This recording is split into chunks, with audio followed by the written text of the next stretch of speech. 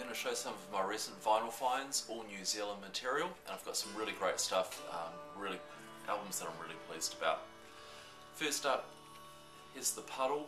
This is called Playboys in the Bush, and the Puddle's mainly one guy, George D. Henderson. He plays guitar, keyboards, he writes the songs, he sings, and this is a really strong album. It's the songs are literate, humorous, well crafted. I used to live in Dunedin, and George D. Henderson, I'd see him walking along North East Valley Road, and he'd have his nose buried in some book, some classic of literature or philosophy, and his kid and his partner would be kind of running along behind, and he'd take these huge strides as they walked their daughter to school.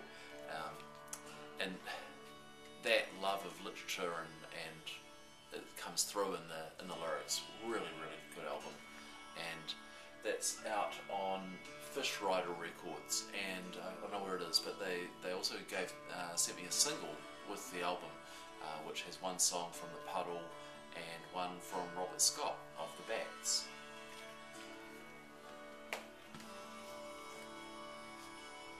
This is the Currer Bells, and it's a duo of Tim Coster and a woman who calls herself Jane Austen, and it's quite experimental, kind of music concrete.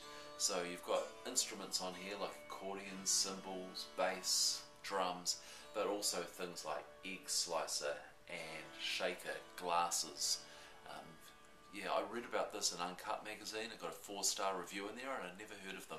They're from New Zealand. I tracked it down, which was pretty hard to do. I eventually found it on a website, A-Music, M-U-Z-I-K, and I think it came shipped from Germany. But I really like this. It's kind of good, it has to be pretty quiet around the house, but at night, yeah, really nice experimental. It's nice to have something that's a little less straightforward sometimes. This is what's on now. This is the latest album from David Kilgour and the Heavy Eights. David Kilgour, some of you will know because he's a member of the Clean. I think this is his 7th album as either solo album or with the Heavy Eights. It's called Left by Soft. It's on Arch Hill Records. It's really good. Really, really great album. It just kind of sounds fairly gentle, and you're kind of drifting along listening to it, and then all of a sudden you realise, wow, there's some stunning guitar playing going on here. Really, really good. The disappointment with this is the cover. It is kind of cool. It's a limited edition of 200, and it's signed. I don't know if you can see in there. It's signed by David Kilgour. But basically what he's done is, when I pre-ordered it, it was coming with the promise of having hand-printed covers. But what he's actually done is just take the CD artwork and glue it on there.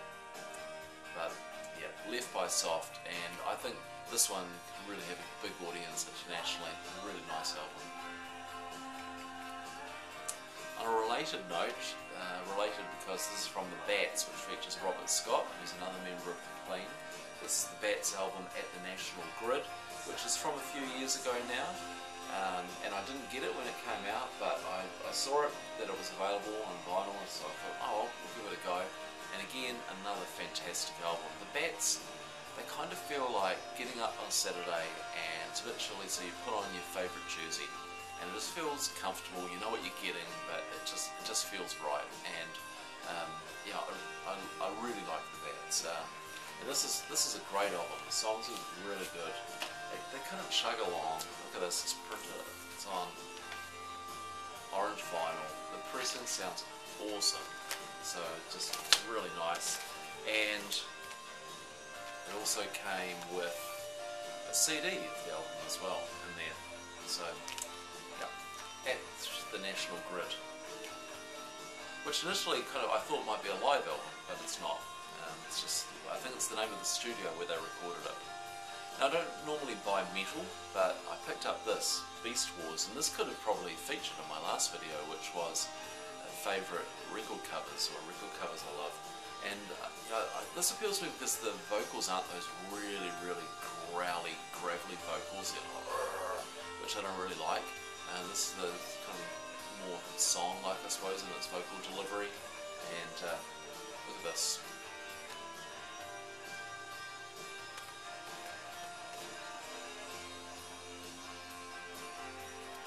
The album's covered by, the album cover is by a guy from Weather Workshops, and some of you will know them because they're the people who do all the set design and production and so on the Lord of the Ring movies, which you can kind of tell, I suppose, from looking at it.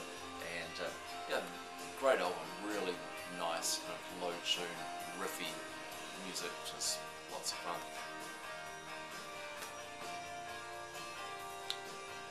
This is Kudos from Surf City. This is another release from Arch Hill Records, the David Kilgour album, left by Soft Design Arch Hill. And Arch Hill are probably responsible for probably some of the best music around at the moment in New Zealand. A great record company, putting out really good releases, lots of them on vinyl. This is from 2010, and Surf City were originally called Surf City, named after the Jesus and Mary Chain song. So this is indie guitar rock with that kind of shoegaze influence. You kind of get that, lots of reverb and that kind of, you know, drony guitar sound, which I love. And yep, really pleased with that. Surf City, Kudos. In the same package, actually, funnily enough, although the New Zealand releases have got them from overseas, because the exchange rate on the US dollar was really good, so it was kind of a good time to buy from Amazon. This is the Dead Sea, and the Dead Sea, another love of mine, really experimental and improvisational. There are two guitar and drum setup, and they started off doing kind of avant punk, I suppose. And they've moved away from that into more improvisational pieces, long form. There's 4 tracks on this album. Really influential band, not to everyone's taste. It's kind of drone noise, really lo-fi. Mike Morley, who's one of the guitarists in the band, he's played with people like Lee Ronaldo from Sonic Youth. You know, this is a band that bands like Sonic Youth cite as an influence and as peers. And this is called Patience, and it's on Bada Bing Records, and I think yeah, one of the better Dead Sea albums in recent years, actually.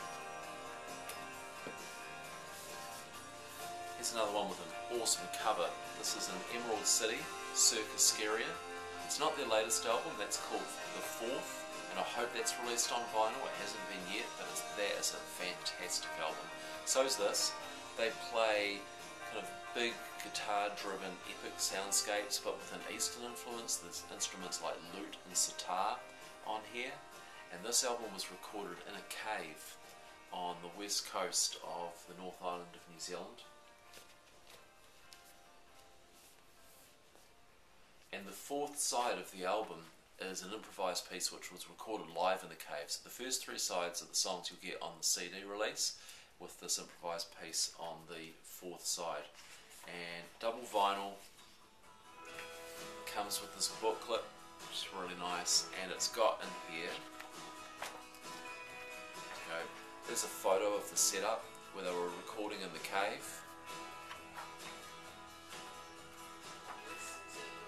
Another here. I'm really pleased to have it on vinyl. It's a great album. And the last one in this video, this is called Falconer by Idiot Prayer. Falconer's the name of the guy who produced the album. They named the EP after him.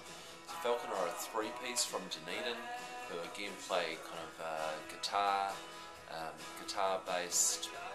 I don't know. It's not all instrumental, but it's kind of in that kind of vein of big building, long, guitar-driven pieces. There's a song on here, Sausage Spectrum, which is something on there. Sausage Spectrum, which is 9 minutes long, and yeah, great, really good. Only 100 copies of this. I've got number 15. If you can't track it down on vinyl, I'd still recommend you listen to it. Go to idiotprayer.bandcamp.com.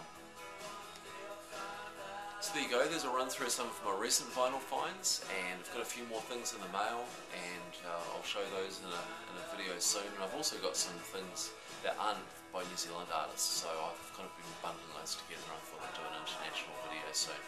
Thanks for watching.